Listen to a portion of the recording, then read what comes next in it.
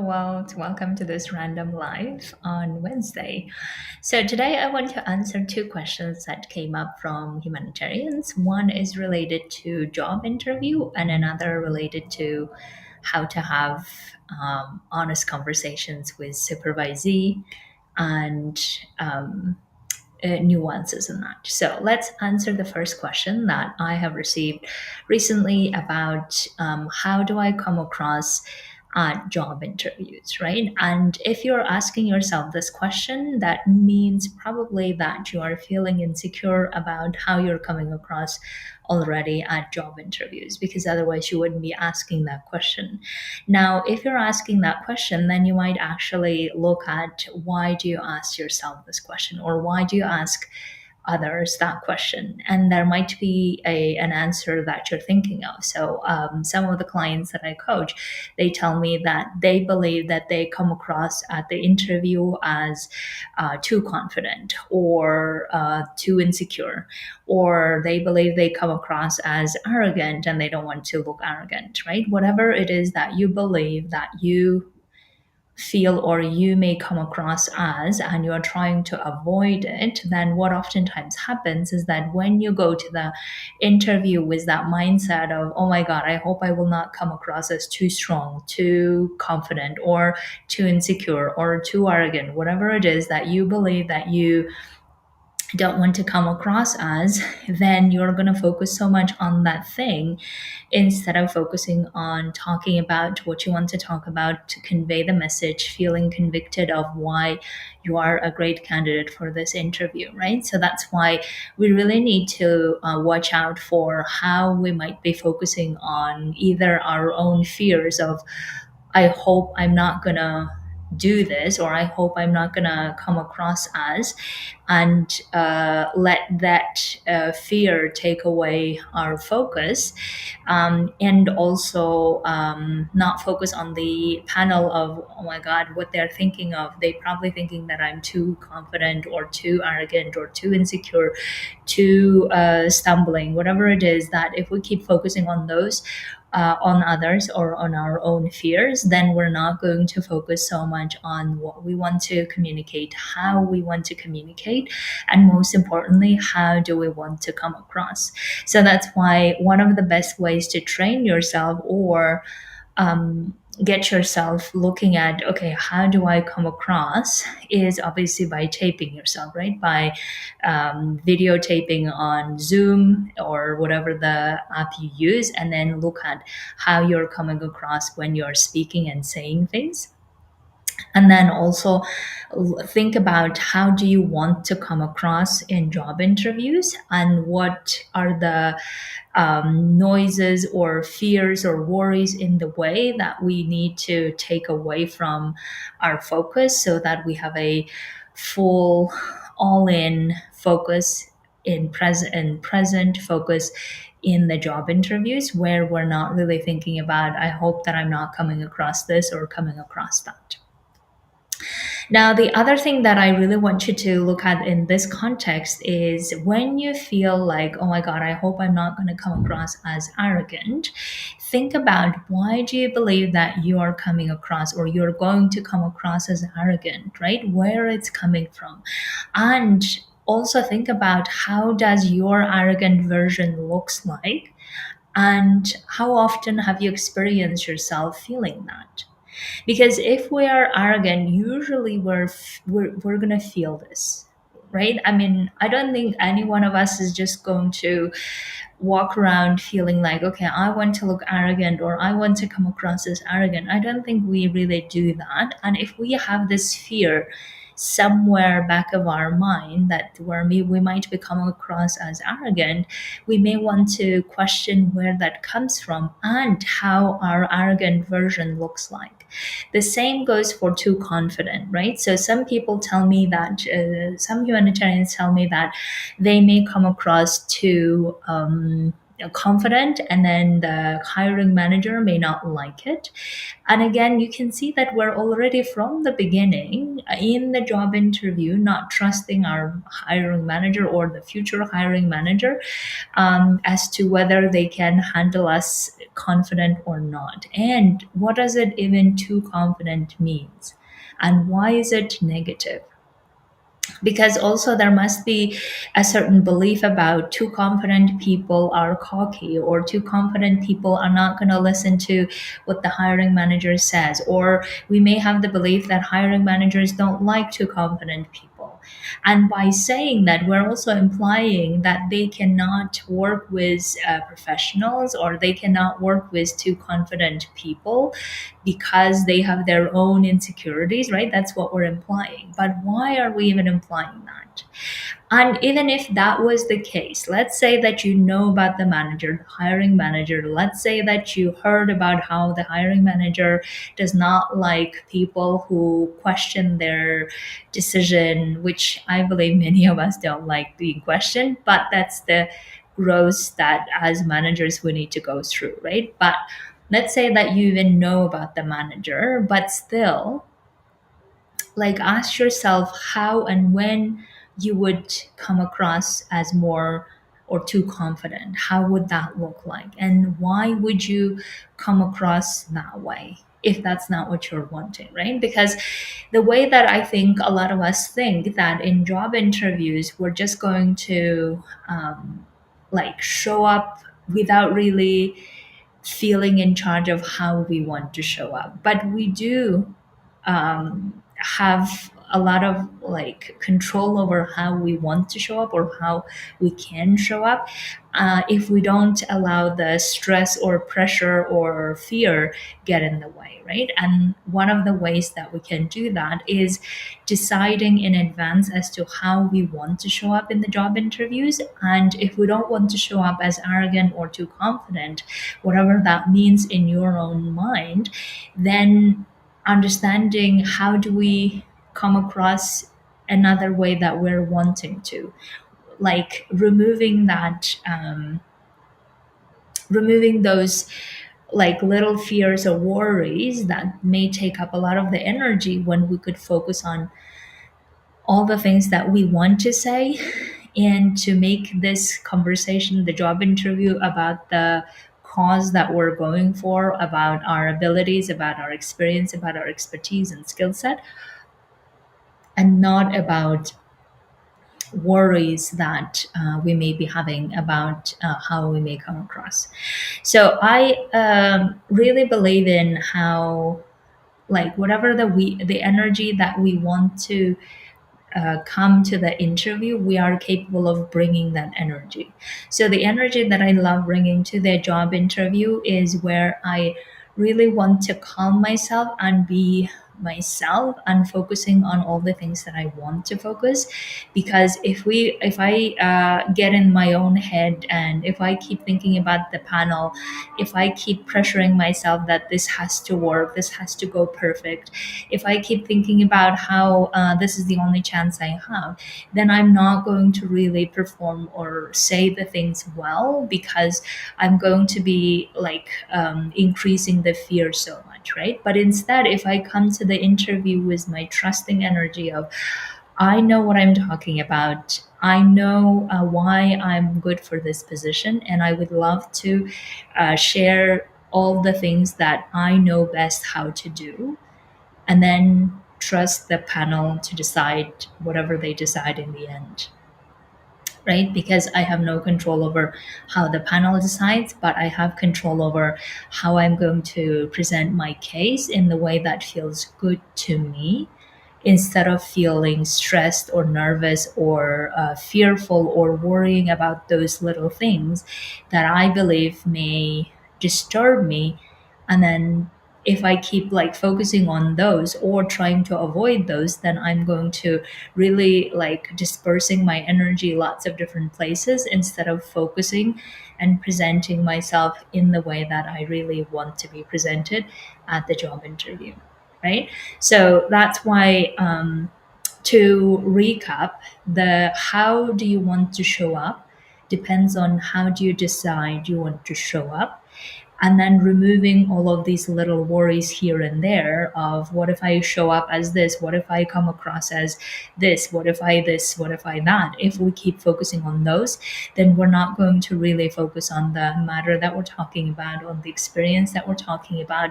We're not going to really convey that message with that conviction, with that certain weight, with that certain level of responding on the level that we want to respond.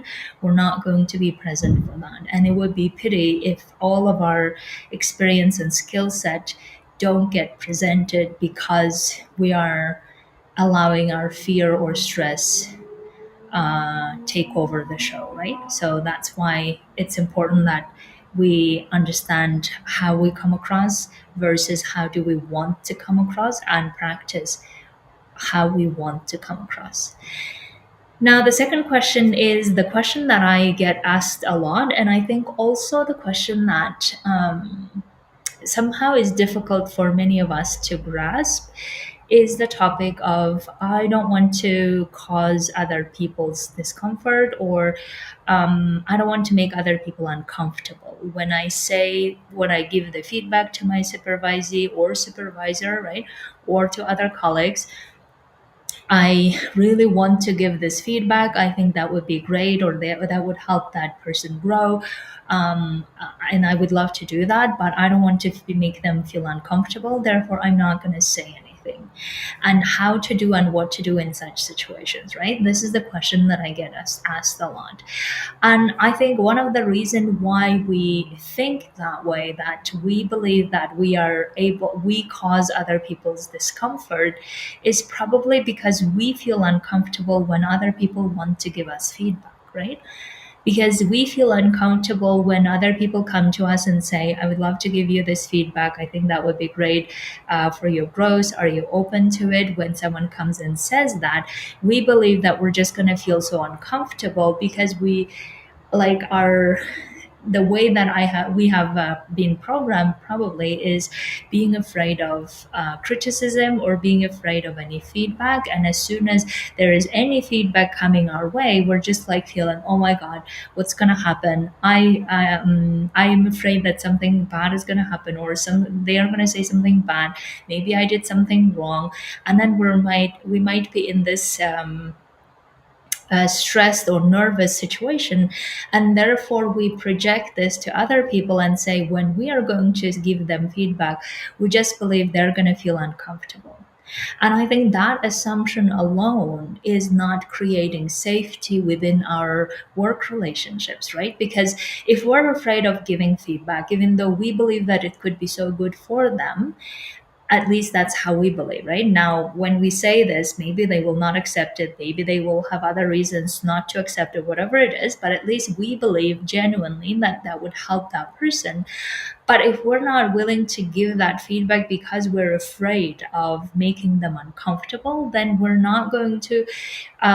So we're not trusting ourselves that we can give a feedback that makes people not uncomfortable, but rather welcoming that feedback. So we are like in advance not trusting them for how they can handle the feedback, right?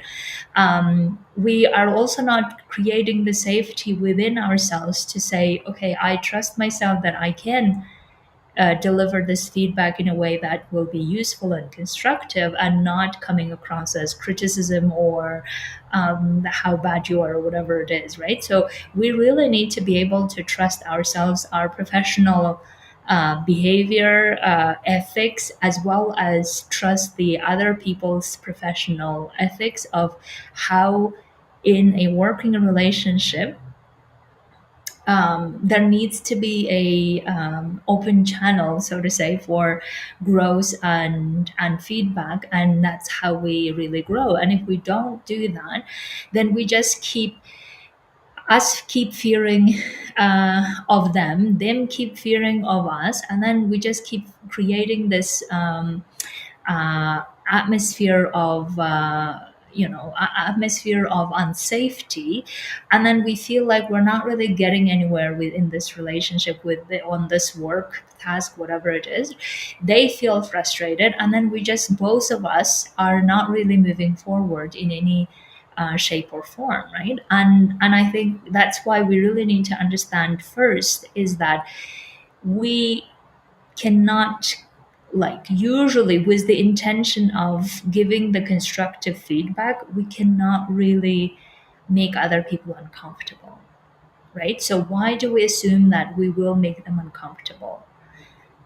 The way that we would make them uncomfortable probably is if we ask inappropriate questions, or if we behave in a way that is illegal or uh, constitute a misconduct. But we're not going to do that. So then the way that we're just avoiding giving feedback would be is we're just trying to people please others, right? We're just saying, oh, I just want everyone to love me and like me. And if I'm ever going to say anything that they should work on, then I'm going to be disliked. And I don't like being disliked. And therefore, I'm just going to not say anything. But deep down, I keep resenting or being frustrated as to how they're not doing the things that I think they should. And this is just going to create more of the emotions that we don't like. So we can see that from avoiding one discomfort, or we believe that we're avoiding one discomfort, we are creating whole sets of frustration, disappointment, all the other emotions about that person. And also, we're not really creating any safe environment where we are able to say the things openly and honestly, and we're possibly not creating the same environment for others to come to us and give us feedback either. And in that environment, what we want to do, if we really don't want to keep people pleasing others and keep feeling resentment, frustration, disappointment, then we need to understand, why are we assuming always the worst case scenario, right? And you may say that, well, I know this person and they will always take it negatively, or they will always not, well, I have tried it and it didn't work. Okay, that's a different scenario. Then it might be important for us to understand, okay, why they took it in that way, right? Why did they take it negatively? Is it because they really have their own insecurities and they couldn't hear what we're saying, or we were not able to say it in a way that they could hear it, right? Maybe we couldn't say it in a way that they could hear it and receive and work on it. Maybe they, like, with our tone of voice, or with the way we're saying, or how we're feeling while we're saying, they all have effect on how other people receive it, right? But if we have the working relationship with someone that we really want to nurture and grow, and especially if it's our supervisees, then if we keep fearing causing their discomfort, that from the get-go we're creating this unsafe relationship, and then we feel like constrained and awkward and not good when we're saying this. We're gonna get so much in our head of, oh my god, how am I gonna say this, whether I'm gonna say this, and all of these things, and not actually say the thing that we could have said in a constructive way. So in if you're the person who's thinking that this will be uncomfortable for them, that then probably you are feeling uncomfortable as you're thinking about it. Now, if you're thinking that this is going to be uncomfortable, then ask yourself why. Why do you not trust yourself to be able to say this in a way that you intend to, which I'm assuming is to help them grow and help yourself grow in the process of doing this relationship with that work colleague, right? And if you feel like they are going to feel uncomfortable, then ask yourself, why do you assume that? Why do you assume they can't handle the good intentions of giving them feedback that could grow them? Why do you not trust them that they actually welcome this, and they actually want this feedback? And um, if you don't learn to trust yourself to do this type of communication with the other person, then how might you be not really creating this safe space where you are hearing them as well as you are giving them what your professional feedback on this is? And also, this type of behavior of how not feeling safe in communicating with the other person, not trusting yourself that you can actually communicate well, and you're not going to make anyone feel uncomfortable, but rather this is about the work that you would love to move forward. And here are the ways. If we're not going to go and practice that, then we're going to find more of the people that we keep constraining ourselves from not really saying things that we really want to. And then we may explode at some point because we're not really conveying the message and standing by our message, right? And therefore, I really want us to learn how to create safe spaces for giving feedback, receiving feedback, practicing that, and also learning the ultimate truth, which is we're not creating other people's emotions, and our good intentions of how we want to say things, even if it may not come across as like the way that we want to in the beginning, but we need to practice that. And the more we practice saying things the way we would love to without making it sound so awkward and so bad or so critique like or whatever, and then like next time keep avoiding by people pleasing, then we're going to get into the people pleasing energy most of the time with many other colleagues as well. And then we just feel like we're not the same person at work the way we want to. We're not authentic the way we want to. And then we just go into this energy of spiraling of we don't like the work, or we don't like colleagues, and we don't know how to communicate, and we just feel like constraining ourselves left and right.